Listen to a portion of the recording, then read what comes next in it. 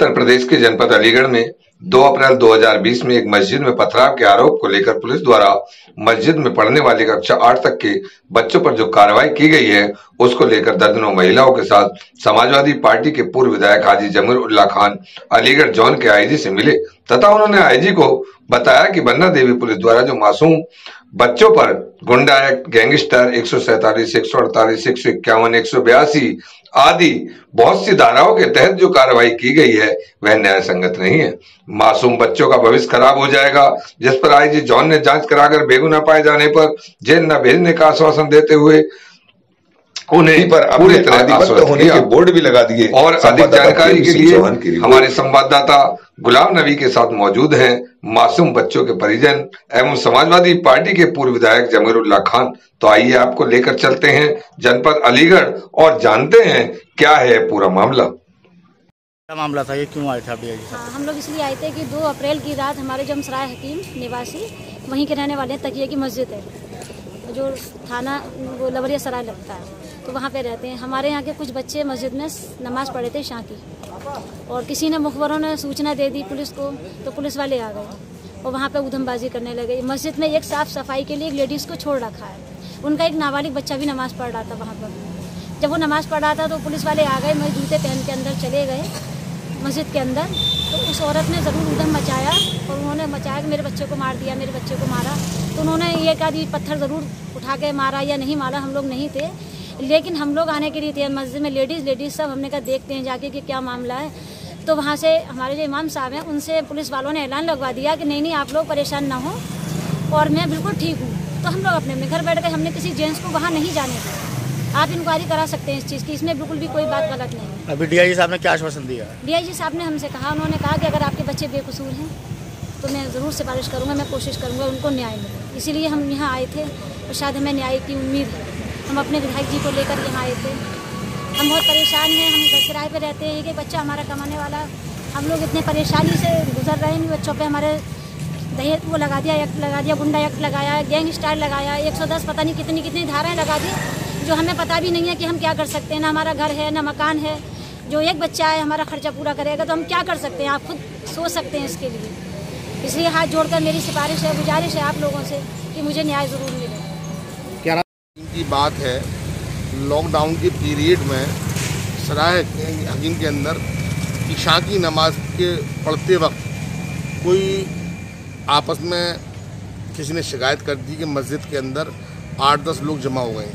Police आई, वहाँ पर कहा सुनी हुई, कुछ थोड़ा बहुत पथराव भी हुआ, जिस एक महिला ने पथराव भी किया। उसके बाद लोगों पकड़ के ले गई पुलिस, लेकिन दूसरे दिन उनको छोड़ दिया। अब जो है पुलिस ने नए नाम खोले हैं, जो नए बच्चों के नाम उस वक्त एफआईआर में भी नहीं थे, अब उनके नाम खोले हैं, और जो वो बिल्कुल बेगुनाह बच्चे हैं, बिल्कुल बेगुनाह वो लोग हैं जिन हैंड टू माउथ हैं, जो डेली कमाते हैं, डेली खाते हैं। उन गरीब बच्चों के नाम धाराएं जो लगाई हैं वो लगाई हैं गुंडा एक्ट, और दूसरा क्या लगाया, गैंगस्टर लगाया है, और 147, 148, 151, 182 यानी कितनी धाराएं लगा के बन्ना देवी पुलिस ने उन बच्चों के ऊपर घर पे नोटिस भिजवा दिया। हम डीआईजी साहब के पास आज इंसाफ मांगने आए थे कि ये बच्चे अगर गुनहगार हैं तो हमारी कोई सिफारिश नहीं है, अगर बेगुनाह हैं तो मैं ये चाहूँगा कि जितनी गलती है उतनी छोटी सज़ा देकर बच्चों को भविष्य ना बिगाड़ा जाए। इसके अंदर 8वीं क्लास तक के बच्चे मौजूद हैं। दूसरी बात, हमारे इमाम साहब जो नमाज़ पढ़ाते हैं, एक घटना हुई थी जमा थाने की इमाम साहब की, और एक घटना ये है इमाम साहब के ऊपर गुंडा एक्ट और गैंगस्टर, ये श्री कितनी धाराएं लगा के इमाम साहब के ऊपर उनको जेल भेज दिया गया।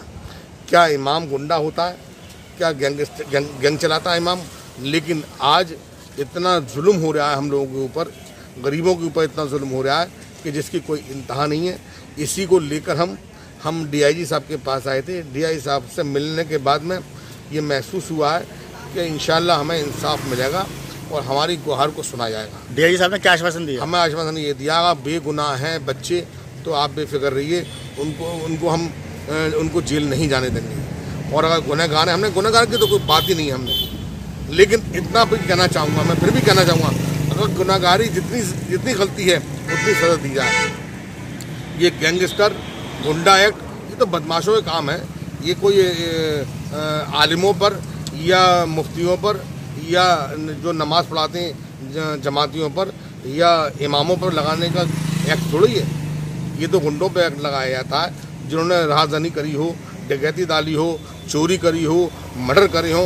अगर गलती से नमाज पढ़ भी ली, मैं कह रहा हूँ, अगर नमाज पढ़ भी ली गलती से, तो इतना बड़ी गलती तो नहीं है, इतनी बड़ी आप सज़ा दे रही। इसका मतलब ये है कि आप जानबूझकर हमें सता रहे हैं, जानबूझकर हमें टारगेट किया जा रहा है, हमारे उलमाओं को जानबूझ के टारगेट किया जा रहा है, हमारे इमामों को जानबूझ के टारगेट किया जा रहा है, ताकि इनकी हिम्मत ख़त्म हो जाए और ये नमाज़ पढ़ना बंद हो जाए और नमाज अजान मतलब मस्जिदें वीरान हो जाएं।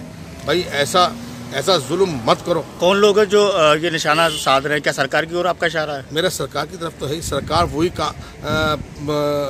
अधिकारी वही काम करते हैं जो सरकार की मंशा होती है। और भी जगह पथराव हुए हैं, बहुत सी जगह पथराव हुई, जिन्हें अलीगढ़ के ज़िले के अंदर कितने पथराव हुए, आज तक गुंडा एक्ट नहीं लगा। लेकिन इन मासूमों पर गुंडा एक्ट लगाया है, जो 8वीं क्लास के बच्चे हैं, जो नमाज़ पढ़ाते हैं इमाम साहब, जो कभी आज तक 144 147 में ही नहीं पकड़े गए। अगर आपके हिसाब से न्याय नहीं मिला तो क्या करेंगे?